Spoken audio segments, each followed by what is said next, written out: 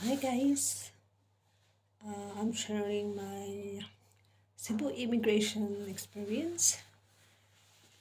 So yes, since akong visa is fiancé visa, so dapat gid guys complete na mo requirements before ka mo travel.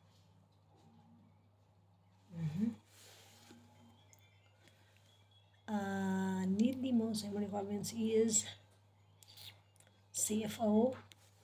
Di na kalimutan guys. Fiancé visa akong gikuha to UK. Dapat di malimta ng CFO. Kaya number 1 gina siya nga requirements.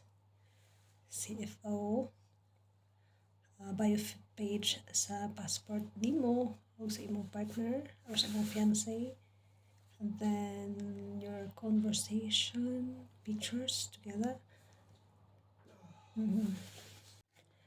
And then dapat di ka kubaan. Then dapat guys, dili ka makubaan. And relax lang. And then kung complete mo requirements guys, okay dapat nga sa daw na dapat nga ika-goal. Okay, kung kompleto na yung requirements is dali agad ka. And then ilang ka kulba. Then direct to the answer lang sa ilang mga questions. Kung wala ka pang utana, yan ay pag-explain. Ano lang. Direct to the point ka lang.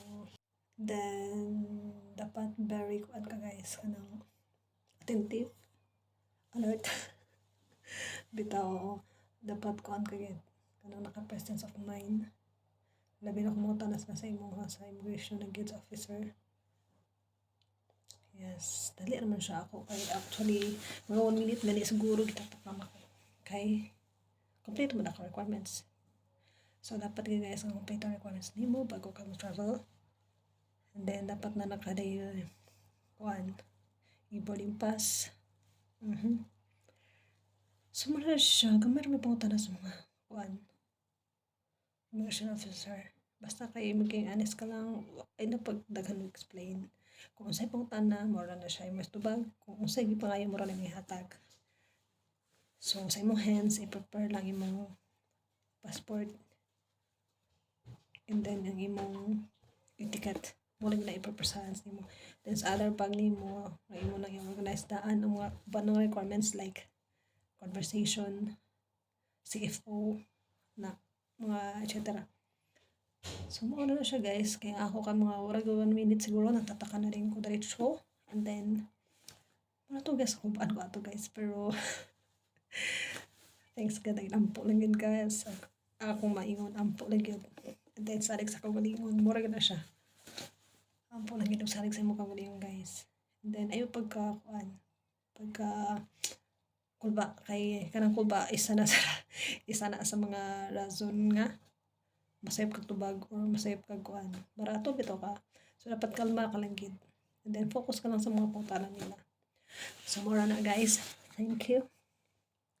And then sa kung na may mga pangutanan guys, comment lang kay itong tubagon. Fiancé visa akong gikuha to UK.